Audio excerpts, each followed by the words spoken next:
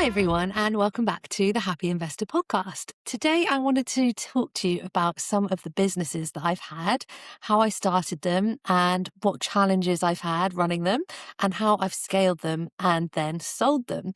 And I hope this will be a really interesting episode and that you might learn something. This is a really new podcast, so please subscribe to show your support. Please screenshot an episode and share it with your friends if you think it would be relevant to them, because we need all the support we can get. So my first business was in Indonesia. So as you might know, I'm a scuba diving instructor, and I've traveled the world in my 20s, working at lots of different dive centres. And when I was 25, I came back to the UK. I met my husband, Simon. We got married, and I was like, I'm not done yet. I don't like the UK weather. I want to be on the beach. I want to be diving. But I knew that as a diving instructor, you earn a bit of money, maybe enough for a few beers and to rent an apartment, but you don't really save anything. So I said to Simon, maybe we could start a dive business. And he said, yeah, go on then. He'd just qualified with an engineering degree, which took 7 years. So he was ready for a change. So we went on divecenterforsale.com and we found this bit of land for sale in North Sulawesi in Indonesia. And I don't know how many divers we've got in the audience, but North Sulawesi is one of the best places in the world to do diving. It's got tiny things like pygmy seahorses and little sea slugs that we call nudibranchs. We've got loads of different species of octopus. We've got big stuff like manta rays, sharks, dolphins, the occasional whale. So it is like a diver's mecca. So we thought, yes, this could be good. So went to Cambodia and Thailand first, had a bit of traveling, and then we landed in Manado in North Sulawesi, and we visited the place. So we went out on this boat, went out to Bangka Island, and you fall in love with it as soon as you arrive. Like, it is beautiful. So we approached through the mangroves, got to this beach, and it was just stunning. And this guy was selling this plot of land that had 2 beaches, rainforest behind it, like mango trees, pineapple plants, a cashew nut plantation.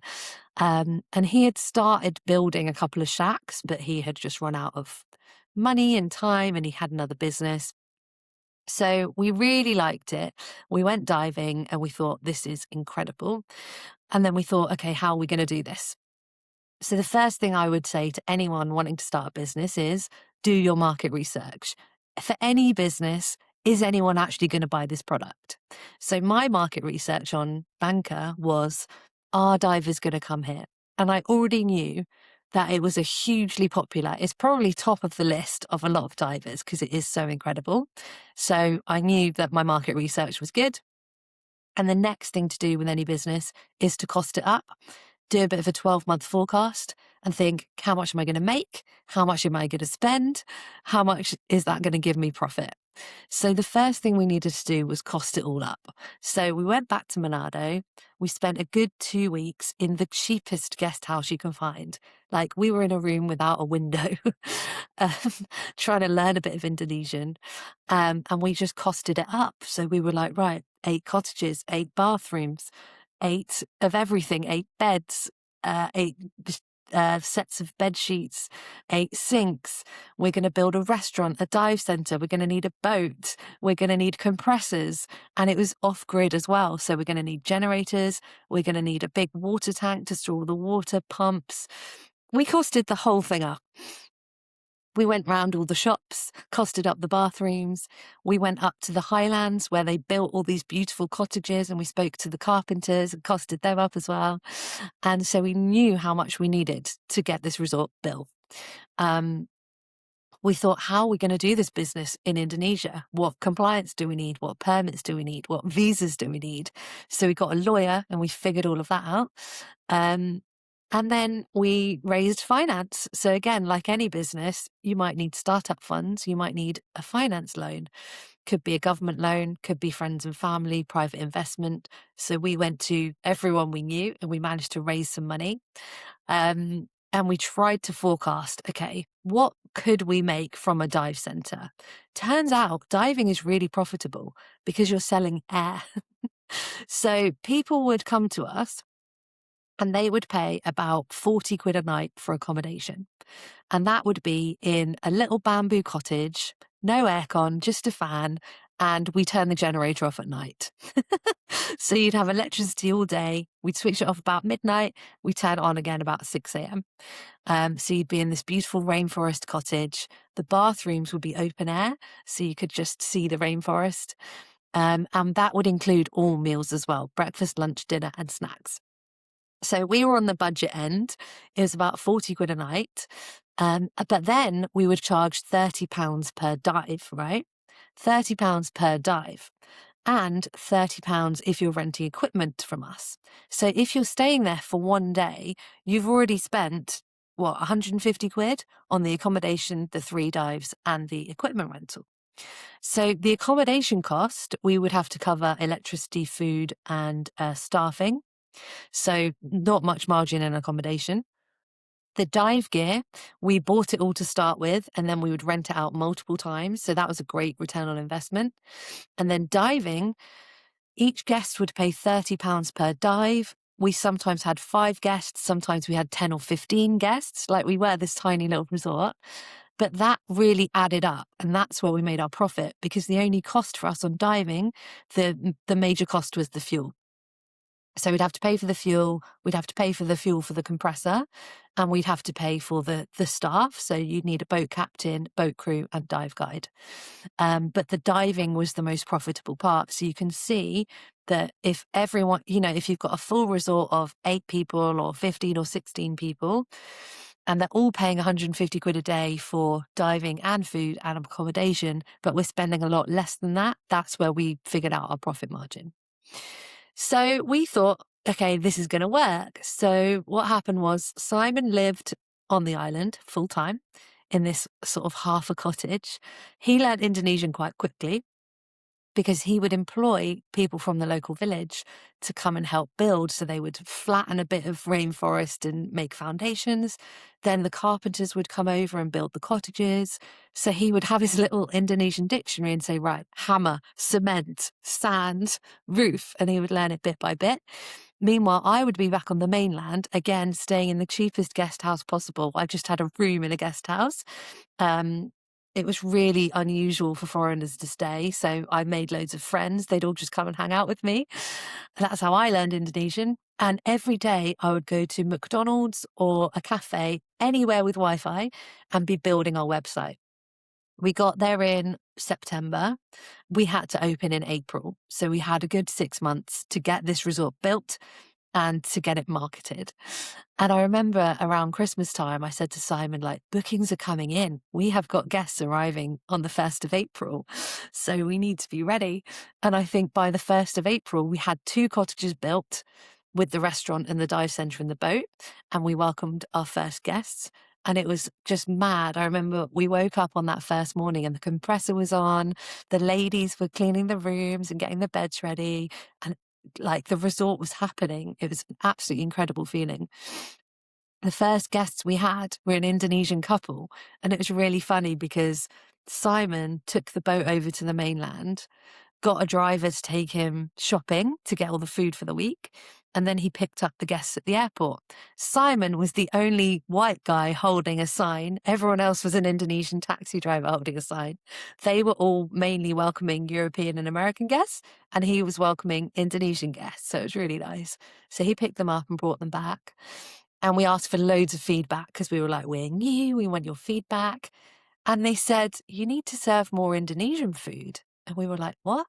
Because we'd gone to the supermarket and bought potatoes, green beans, chicken, just stuff we would eat. And they were like, why don't you serve papaya flowers? We were like, what? Why don't you serve rambutans and langsat and all this stuff that we just hadn't found yet? So we ended up saying to our cook, look, what do you want to make? And instead of just making what we asked her, which was all we knew, she started making these incredible grilled fish, satay pork, amazing stuff. And we should have just asked her, what are you going to make? Because obviously people want to eat Indonesian food in Indonesia. But they loved it. They loved the diving. The location was amazing. And that's what we would do every week. We would get the boat to the mainland, meet a driver, do the shopping, pick up the guests, come back. And it was amazing. We were learning so much. We took on staff. So we started with about 4 staff. We ended up with a team of 11. And my priority every single month was to pay the staff. And that logistically was difficult because there were no cash machines on the island. So we'd have to go every week, take out loads of cash, bring it back, divvy it up, get a safe and pay the staff. And we set up an NGO when we were out there because I started teaching English to some of the kids, and they were so keen and so responsive that we were like, let's do more of this. So we set up an NGO with the resorts on the island. There are about 4 or 5 small resorts. And we would all take local teenagers and teach them either the boat stuff or the hospitality stuff. It was great. And I remember one of the boys, he's quite quiet, quite shy, didn't really want to be on the boat, didn't really want to be hospitality. So I was like, you can help me with the shopping one day. So one day he came with me to the mainland. I gave him a trolley and a list. I took the other half. We went into this huge shopping mall, up some escalators, round the corner into the supermarket. And I whizzed round and he whizzed round and I met him at the till. I bought all the stuff, said, meet you at the car, ran down to the car and he wasn't there. I was like, oh, where's this boy gone? Where is he? We need to get to the airport. We need to pick up the guests. And I was like running around the shopping mall trying to find him, and he'd gone out a different exit. And I was like, come on, it's this way. This is where we parked. And I remember being really stressed about it. And got in the car, picked up our guests. And our guests were this New Zealand couple with their kids who had been many times. And we ended up getting back to the boat just on time. And I remember sitting on the roof of the boat with the dad saying, oh, it was really stressful. I took him to the supermarket to help me and he just didn't know what to do. And he couldn't get to the exit. And then I lost him. And he said, well, has he been to a supermarket before? And I was like, I don't actually know. He said, would he have known which exit to meet you at? And I was like, if you live in a tiny remote village on a tiny remote island, and then you're taken to a shopping mall for the first time and a massive supermarket and you're told to come and meet me, of course you're not going to know where to go.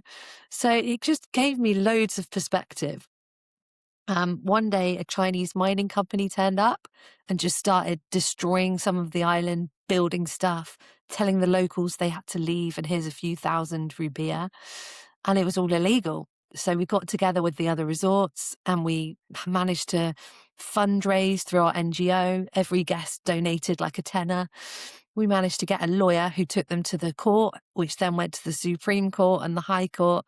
And it took about a year, but we won. We won the island back. It was amazing because it would ruined all the reefs.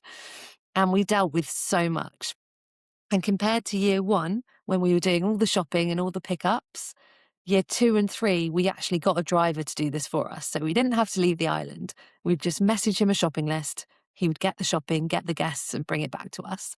But sometimes he'd be like, sorry, no eggs, or sorry, no chicken. And we'd be really screwed. We'd have to get to the next island or something to pick these things up. And then one day I got an email from a drinks company, or who I thought was a drinks company, saying, hey, we're delivering drinks to hotels. Do you need any of this stuff? And I was like, oh, this is like a catering company. And I was like, could you do shopping for us and deliver it? And they said, yeah, we're hotel suppliers. And it was a guy called Olivier. He was French. He had his own business supplying food and drink to the hotels in Manado. So he sent me a spreadsheet. Every week I sent him the spreadsheet of what we wanted, and he would deliver it to the beach. So our boat just picked it up every week. It was amazing. We also had a team of drivers that we knew. So we had different arrival options during the week now, not just once a week. People could arrive whenever they want and we would be able to pick them up. So as we grew the business, we systemized it and we got teams and we delegated it. And I think this is the secret to any business. Get it to work without you. So by year 5, we had all that running without us. We had dive guides. We had our 2 kids out there who got immediately adopted by all our Indonesian staff. So they would just take them away from the day, have them playing in the kitchen and on the beach. And we had lots and lots of returning guests. I also dealt with a wildfire in this business. So one day the wildfire arrived at our resort. The boat was out. We thought the wildfire was at the north of the island, but it actually came down right south, like literally next to one of our cottages. And I had to figure out what to do. It was just me and my baby at the resort. I think he was about 3 months old, and my cook and her daughter. And the daughter came to help me, and she was like hitting the fire with a palm leaf, and it kind of worked, but the fire was all the way up the hill.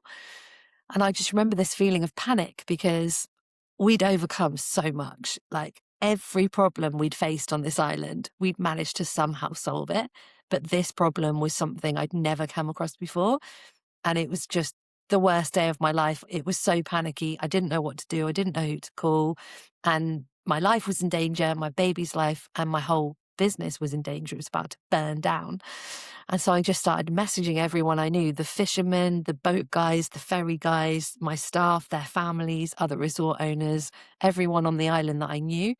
And within 20 minutes, I had about 30 people turn up. They'd walked, they brought their boats, they brought buckets and pumps, and it was just the power of community.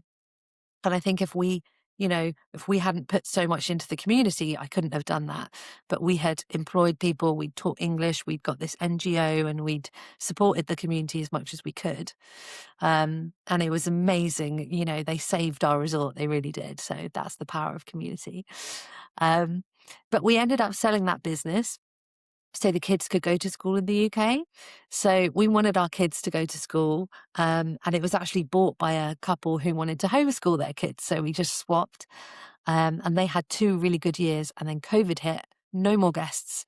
So they've, been building back up ever since. So we managed to leave at a good time, I think. And the current business is a property management business. So completely different. And we did do a few things in between the resort and the current business. And I'll get Simon on the podcast to come and chat about that. But the current business is a property management business. And again, did some market research. So we specialize in HMOs, which are house shares. And I found that where we were living in Southampton, there were like hundreds and thousands, I think 3,000 or 4,000 house shares at the time we started our business. So we targeted the disgusting old student ones. We would go to the landlord and say, I'll take this off your hands for 5 years. I'll rent it off you. We would then improve them, which is adding value, which is what you need to do with any property strategy. We could then charge a higher rent to our tenants. So we would pay the landlord, and they would get no more voids, no more phone calls, no more issues. We would then use our own money to refurb the property to get it to a professional standard.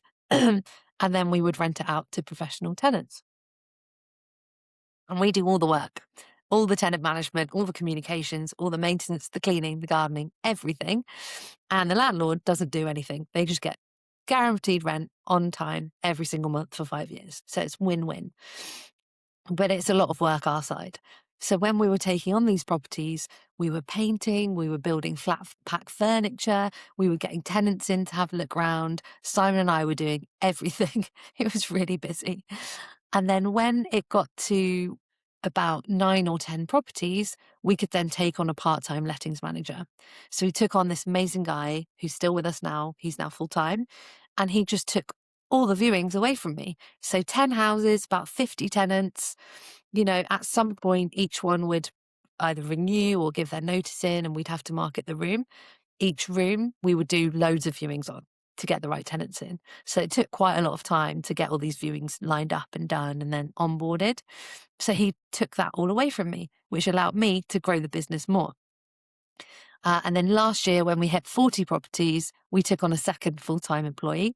So what we've done with this business is we've scaled it so that we have systems in place, like our property management system. We've delegated to different people so that we are able to work on the business and increase it. And the day-to-day stuff is done by our team. And I think this should be every business's aim, so that it's not just you exchanging your time for money. It's you working on the business and growing it so it's bigger than you, and you can then potentially sell it, or you could raise funding against it, or you could get someone else to run it for you. So The big challenges in this one, I think the first one was cash flow. So whenever we took on a new property, we would spend money on it. Sometimes I've spent nothing. Like we've taken on properties that are really nice. They just needed better management. Some properties we spent 10, 15 grand on because they were really disgusting. But the average property, maybe 2 or 3 grand. So fine, we had 5 grand to start with. We spend that all on the first property. That's your money gone. But then you get your tenants coming in and your cash flow coming. Second property, I managed to get the landlord to pay for everything, 5 grand. I just project managed it for free. Great. Then the tenants came in and the cash flow came up again. So each time you take on a new property, you get a cash flow dip. This was really painful for me in the first 12 to 18 months. And I remember being part of a business network and just feeling like a failure because I'd be back down to zero. I'd have bills coming out and I'd have to try and increase my cash flow again. And I confided in someone and they were like, this is normal. Every business in the first couple of years is a cash flow roller coaster because you're growing, but you're also investing. And someone showed me a cash flow spreadsheet, which I've now adapted. And if you would like it, then just email me and I'll give you a copy because that cash flow spreadsheet helps me sleep at night. It forecasts the cash for the next year. I show it my bank balance. And then if I'm looking to do a refurb in the next couple of months, I can plug in the numbers. And if it goes red, that means no. If it stays green, it means I can do it. So this cash flow sheet has just really, really helped me. And if you've got a business, then I don't mind giving it to you for free. What other challenges have we had in this business? I think getting the right tenants in is really important if you're in property management. The only nightmare tenants we've had are ones that we've inherited that we've maybe then had to evict, which is a whole process. But if you reference them really well, then you should get good tenants. It's all about proactive communication. But yeah, this business has scaled really well. We've now got over 40 properties within it. We've just hit 1 million revenue last year, and we had our first 100,000 revenue month, which is insane to me. It's mind-boggling, but we have managed to scale up. And that doesn't necessarily mean a business is profitable. So beware of anyone online saying, I've got a 6-figure business, I've got a 7-figure business, because it doesn't matter what you're making. If you're spending more than you're making, then you're at a loss. And as I said, we've had cash flow months which have been difficult. And any business will have this. If they have to put investments in, if they have to do a lot of spending, you might go, below zero, but it's making it back up. It's getting your cash flow recurring, which is really important. And it's about doing your profit and loss report every single month to make sure the business is profitable. So I hope this has helped, that I've shared a few lessons and a few experiences from our businesses. It has been a wild ride and I'll keep you informed as to what we're going to do next. But do keep in touch, do subscribe, and just email me, hello@thehappyinvestor.co.uk. If you have any questions, I would love to hear from you. See you soon. Bye.